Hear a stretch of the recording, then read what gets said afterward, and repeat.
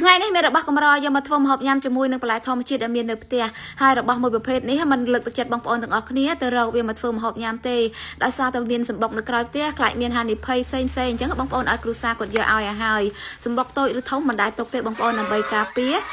សុវត្ថិភាពរបស់យើងទាំងអស់គ្នាអញ្ចឹងណាបងប្អូនហើយយកមកធ្វើម្ហូបញ៉ាំតែម្ដងបន្លែធម្មជាតិរបស់យើងថ្ងៃនេះគឺមានតាយ៉ងចេក 4-5 តាយ៉ងដែរបងប្អូនអើយខាន់អើតក្រោយផ្ទះយូរនិយាយថាតាយ៉ងចេកច្រើនមែនតើអត់បានកាច់ទេធ្វើឲ្យចេកនឹងអត់រីកទេ 5-6 ដើមអញ្ចឹងកាច់តាយ៉ងរបស់វាមកត្រូវគ្នាជាមួយនឹងកូនអម៉ាល់ក៏ដូចជាសាច់ជ្រូកស្ងោររបស់យើងយកមកញោមតែម្ដងម្ហូបប្រចាំថ្ងៃខ្លះប្រម៉ែប្រម៉ោតែរបស់ធម្មជាតិនៅផ្ទះទេបងប្អូនចំណែកឯថ្ងៃខ្លះទៀតមានទិញមួយចំនួនមកពីផ្សារផងដែរហើយបេះក្រូចហ្នឹងដើម្បីយើងច្បាច់ដាក់ទៅក្នុងទឹកដើម្បីចិត្តតាយ៉ងចេករបស់យើងហ្នឹងឲ្យកាត់ជាតិជ័រឥឡូវមកមើលសបុកអម៉ាល់បងប្អូនហើយទៅធ្វើដែរទេអត់ហ៊ានຕົកទេឲ្យតែឃើញយើងយកមកញោមជាមួយនឹងតាយ៉ងចេកនេះវាថាត្រូវគ្នាដែរដោយសារតែធ្លាប់ធ្វើអញ្ចឹងបងប្អូនមិនថាសបុកធំឬតូចទេអត់ដែរຕົកទេដោយសារតែខ្លាចមានហានិភ័យហើយតាយ៉ងចេករបស់យើងគឺយើងចាត់វាមកបងប្អូនត្រាំលាយជាមួយនឹងទឹកក្រូចរបស់យើងហើយថ្ងៃនេះគឺយើងញោមជាមួយនឹងសាច់ជ្រូក3ជាន់របស់យើងហើយចំណែកឯទឹកត្រីគឺយើងធ្វើទឹកត្រីអំពិលខ្ចីបងប្អូនបុកអំពិលខ្ចីលាយជាមួយនឹងបឹងខ្ទឹមសនិងម្ទេសឲ្យម៉ត់ចំណែកឯទឹកត្រីយើងបន្ថែមប៊ីចេងស្ករតាមបរិមាណនៃទឹកត្រីរបស់យើងមកហើយដាក់អំពិលដែលយើងបានបុកកូរចូលគ្នាឲ្យសព្វដាក់ម្ទេសមកគឺជាការស្រេចទឹកត្រីអំពិលខ្ចីនេះសម្រាប់ញោមក៏បានភ្លាក៏បានញ៉ាំគប់ជាមួយត្រីអាំងត្រីដុតឬក៏សាច់ជ្រូកស្ងោរក៏បានដែរ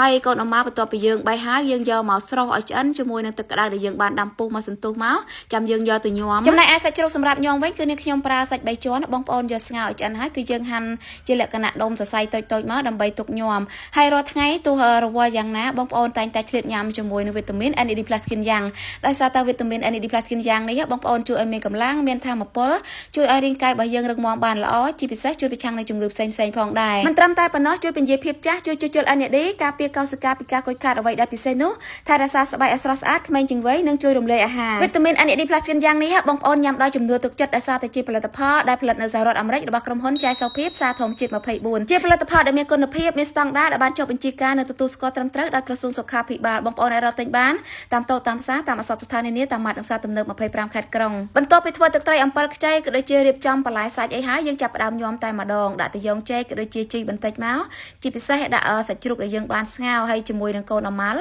ស្រូបជាមួយនឹងទឹកត្រីអំពិលខ្ចីរបស់យើងច្បល់ចូលគ្នាឲ្យសព្វមកបងប្អូននិយាយពីថាក្លិនវិញឈ្ងុយមែនតែនជាមួយអំពិលខ្ចីជូរឡើងលះតែម្ដងច្បល់ចូលគ្នាឲ្យសព្វបន្ថែមជាមួយនឹងកូនអម៉ាល់បន្តិចទៀតរោយជាមួយនឹងសណ្ដែកដីជាពិសេសមានលាយជាមួយនឹងទឹកសក់មួយដាំដោយផ្ទាល់ដៃនៅផ្ទះទៀតសិតតែបន្លែធម្មជាតិបងប្អូនហើយនិយាយពីថាក្លិនក៏ឈ្ងុយរសជាតិក៏ឆ្ងាញ់ហើយលាយជាមួយនឹងកូនអម៉ាល់មួយឡើងខ្ទិះបងប្អូនញោមតាយ៉ងចេកជាមួយនឹងសាច់ជ្រូក3ជាន់កូនអម៉ាល់ជាមួយនឹងអំពិលខ្ចីរបស់យើងនិយាយពីថាស្ដាប់ទៅហាក់បីដូចជាសាមញ្ញប៉ុន្តែរសជាតិវិញឆ្ងាញ់មិនធម្មតាឡើងខ្ទិះពេញមាត់តែម្ដងគឺជាមុខម្ហូបកម្រមួយមុខដែរដោយសារតែយូរយើងបានញ៉ាំម្ដងជាពិសេសបានញោមជាមួយនឹងបន្លែធម្មជាតិមានតាយ៉ងចេកមានជីជាពិសេសមានទាំងទឹកសក់មួយអញ្ចឹងមកបងប្អូននិយាយពីថាជាតិមែនតែនបន្លែកន្លងជុំវិញផ្ទះចង់ធ្វើមុខម្ហូបអីពេលណាក៏បានដែរ